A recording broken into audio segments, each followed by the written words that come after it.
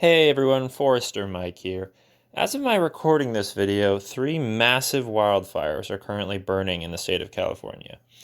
They are the Mendocino August Complex, which is the fourth largest fire in state history, the LNU Lightning Complex, which is the third largest fire in state history, and the SCU Lightning Complex, which is the second largest in state history. The air quality in much of the state has been unhealthy for the past few weeks as a result of this, and the skies here are caught in a perpetual gray of smoke and haze. So, what gives? Why is this happening? Well, it goes without saying that having so many fires at once causes resources to be strained, and therefore the firefighting in each individual fire is much less effective. But this isn't the whole story. Much of the talk on social media regarding these fires has seemed to suggest that they are attributable to climate change. In fact, Governor Newsom himself recently tweeted something to this effect. And it makes intuitive sense. The drought and temperature conditions in California over the last decade have been some of the most severe on record. And it is undeniably the case that weather conditions have a massive role to play in determining wildfire behavior. The extent to which the extreme weather is due to anthropogenic climate change is not something I'm going to comment on here, as it's not really something I am much of an expert on. What I am enough of an expert on to talk about is that the weather isn't the whole story, or even most of the story.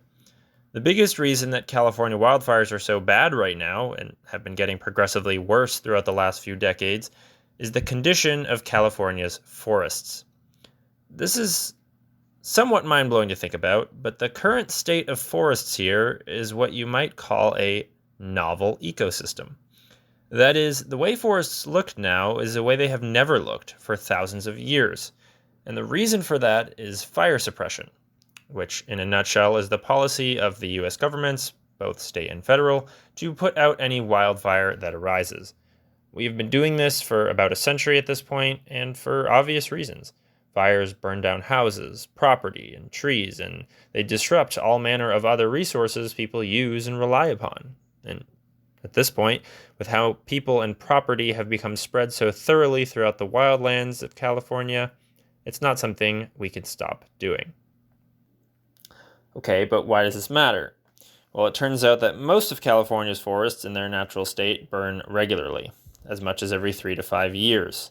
So this was pre-fire suppression. And these weren't the catastrophic fires we see today, but instead they were low-intensity fires that killed off the understory plants, burned up the dead wood, and then petered out. While occasionally one would get out of control, this was very much so the exception and not the rule.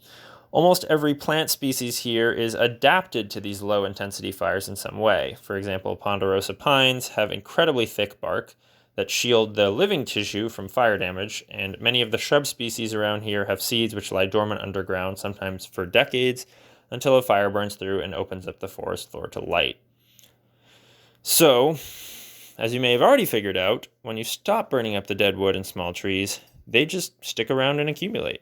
And so you end up with forests that are twice or even 3 times as dense as they would be under normal circumstances. They also have what are called ladder fuels, meaning there is solid burnable material from the very base of the forest floor all the way up to the top of the canopy.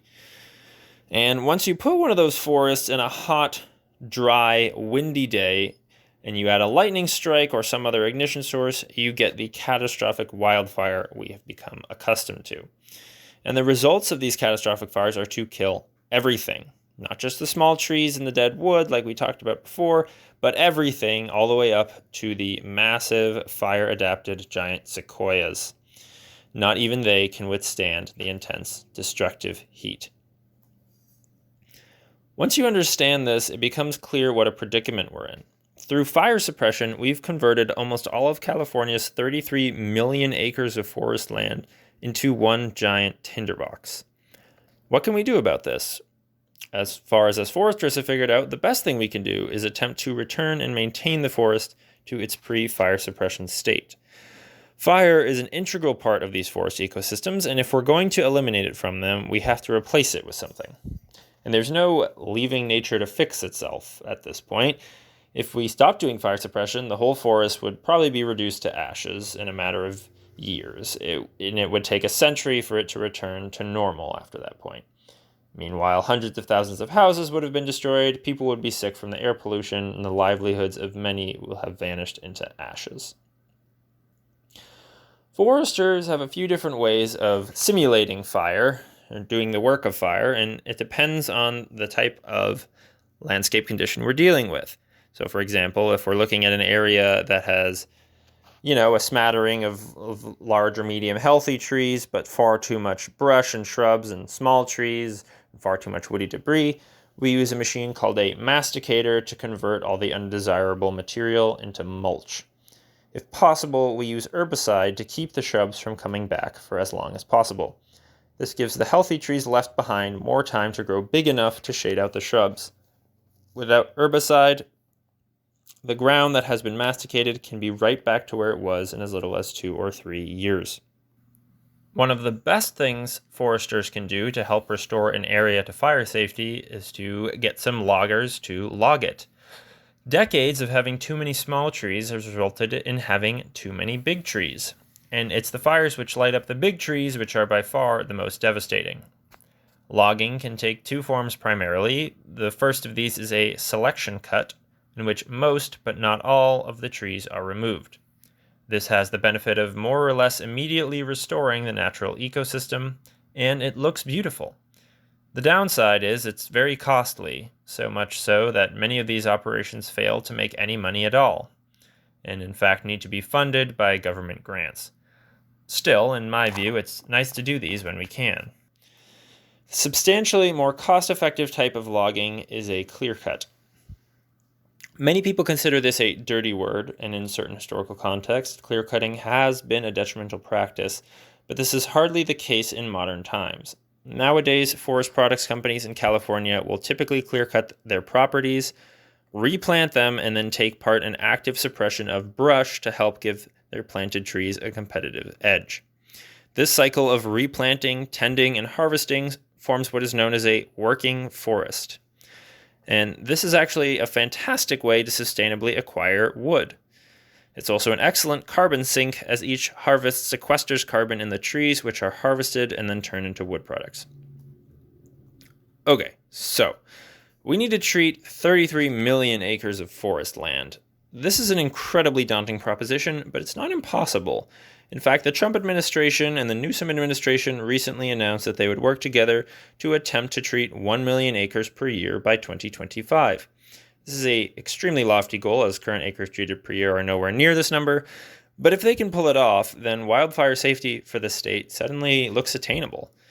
There are many more potential policy decisions that could be made to facilitate reaching the goal of treating and maintaining 33 million acres of forest land, but that's a subject for another video. The bottom line here is that everyone must understand that California's wildfire crisis is driven mostly by forest management issues, not by climate change. And this is good news. Climate change is a much harder problem to solve, and even if we did solve it, we wouldn't see the effects of our solutions for a century or more. Forest management, on the other hand, is something we are already working on and already ramping up, and its effects are going to be immediate. Alright, that's all I've got for today. If you like this video, consider subscribing. And next time you're in the woods, remember to tip your forester on the way out.